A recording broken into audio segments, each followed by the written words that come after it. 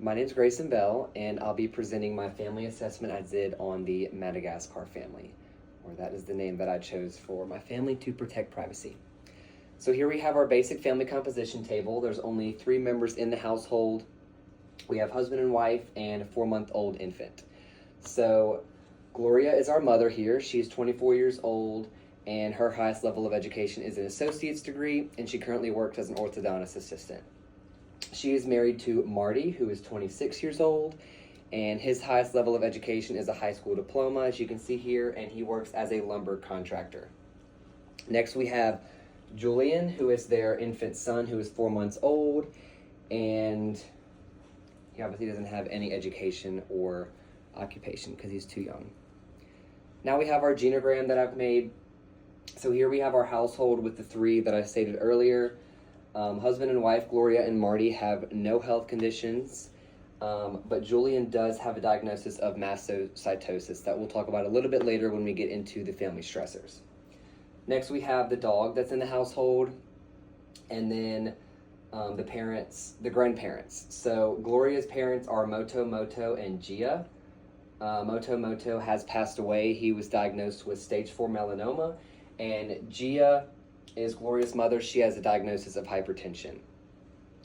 On Marty's side, his parents are Melman and Chantel. They are 51 and 45, and they are both healthy with no medical conditions.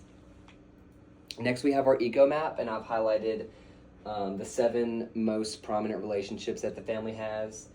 We have Marty's parents that have a very strong relationship with energy flow in both directions. And then we also have Gloria's mom, who is also a very strong relationship with energy flow in both directions. Here we have 2 stressful relationships in the family. First is Gloria's stepfather that Gloria has said that she doesn't have a strong relationship with, and most of the energy flow comes from the stepfather to the family. And then Julian's pediatrician. So this is a stressful relationship because they're having to interact more often than they normally would with the pediatrician, and it's typically concerning Julian's medical condition. And the energy flow is currently just pretty much from the family to the pediatrician. And then 3 over here, we have Gloria and Marty's work. They are both weak relationships.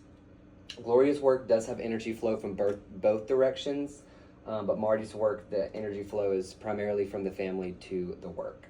And then finally, Gloria's OB is a weak relationship with most of the energy flow going to the OB. So the developmental stage that this family is in, according to Duvall's life cycle stages, is the childbearing parents with infant stage. They are in a very early stage in their family development. They're currently adjusting to having an infant. They were developed to being a married couple, but now they have a 4-month-old infant, so they're having to newly adapt to having a child. They're also, like I said, having to adjust to new roles of being a mother and a father. And they're also trying to maintain that marital bond and intimacy, which can be very difficult when you're consumed with having a new child. Next, we have our communication patterns, and both Marty and Gloria have said that they are functional receivers, which is good. They say they're both great communicators. They listen to each other well. They give constructive criticism. They clarify when needed. They validate each other's feelings, and they also give each other good feedback in conversations. Next, we have our power base within the family. They have said, Gloria and Marty have said that they don't really have power over one another. They are pretty much a power-balanced family, but if they did have to give themselves roles, they would consider themselves having referent power over Julian, which is because Julian's their child. And then Marty has said that he holds a resource and expert power over Gloria because he would be considered the breadwinner, even though both of them have an income. And then Gloria says to hold a little bit of informational power over Marty. And that's because she says she does do things like hint dropping, informational holdings, and making suggestions in conversations. Now we have our role structure, so our formal roles they've given each other. Gloria is said to be the primary child care provider. Marty does participate actively in the child care role, but it's mostly Gloria. And then Marty is the provider role. Like I said, he is the breadwinner in the family. He does provide most of the income that comes towards the family's needs, although they both do contribute and have jobs. Next, we have our informal roles. Gloria, very similar to that childcare role, she is the caretaker. So she cares for Julian and Marty. Gloria says that she does a lot of caring for them as a couple and also caring for Marty when he's struggling. And then Marty has said that he is the martyr. Gloria also confirms this. She says that he is very selfless. He makes sacrifices for the family. He's made new jobs so that he can have more time with the family, and he sacrifices his free time to help her out with the childcare role. Their family values are mostly centered around individualism. They focus on the betterment of themselves. They say money is not their concern. They're not really concerned with having jobs that pay the most. They're mostly concerned with having time as a family to develop themselves and have quality time. They focus a lot on spiritual development and prioritizing their own sleep and health. They have no value, no value conflicts. All their values are shared within the family.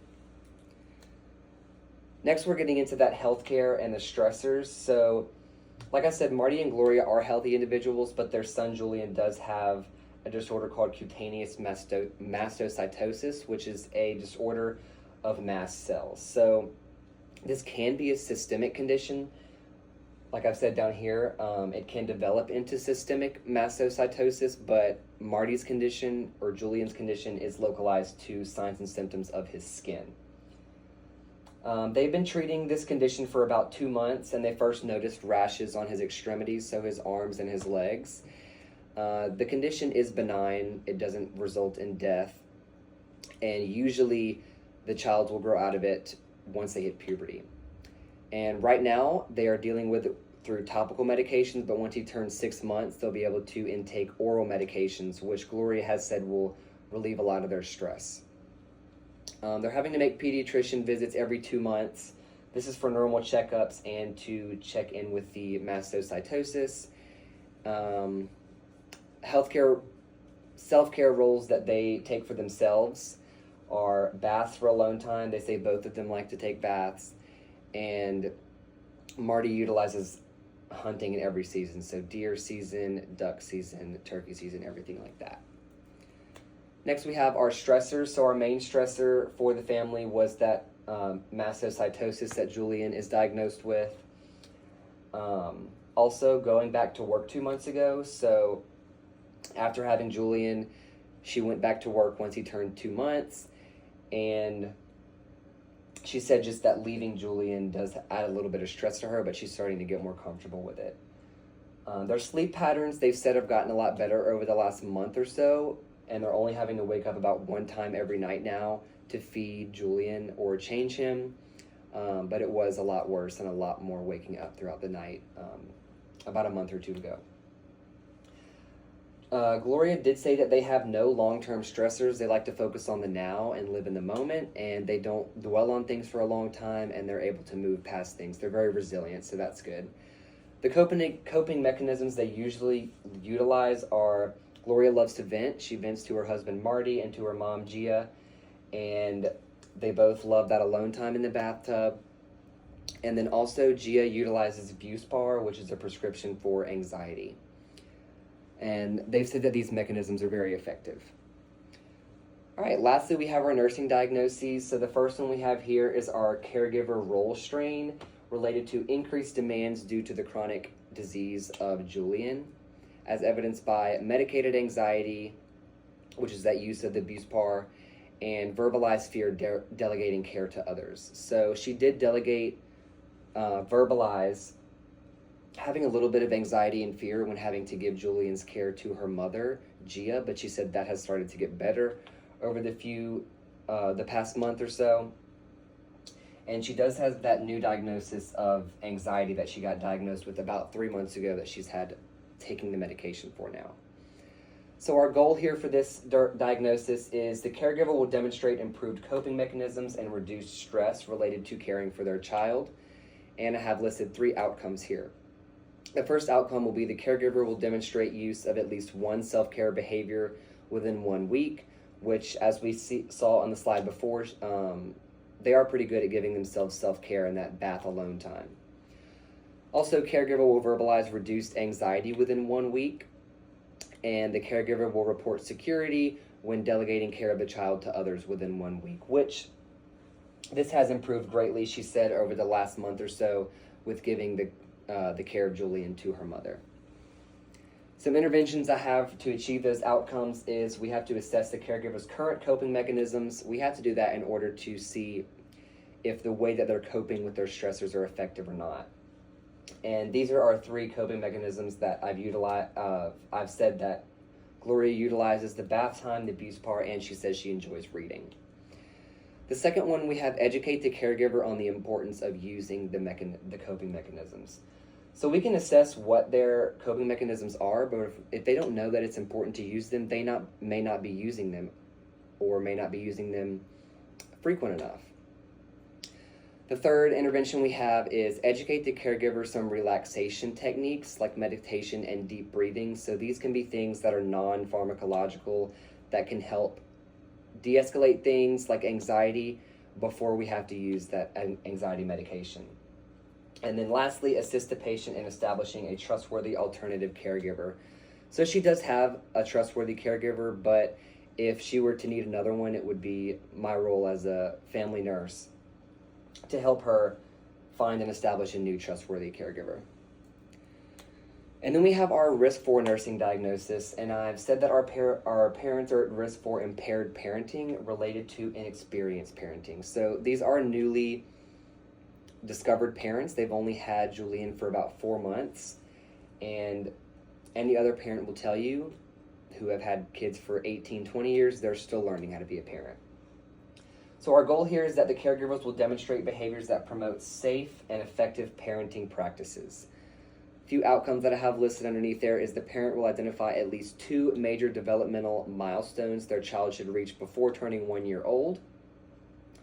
The parents will verbalize confidence in their parenting skills within 1 week, and the parents will demonstrate appropriate reactions to common child behaviors throughout their child's infancy. All right, and then some interventions we have here to help them achieve those outcomes are, first of all, like in the last one, we have to assess their current understanding of parenting and the knowledge of their child's development. So all these outcomes would be useless if we didn't know the parents' baseline of their parenting skills.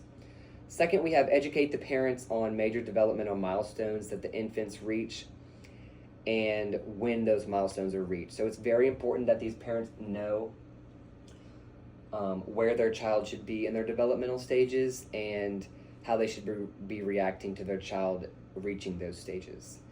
Third, we have provide the parents with educational resources they can utilize for parenting skills. So these can be pamphlets, online resources, classes, videos, anything like that to help the parents refine their skills of parenting.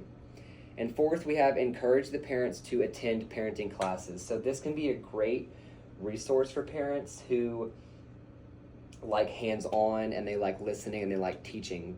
They may not be wanting to teach themselves things by reading through online resources and pamphlets. So this could be a good resource for them as well.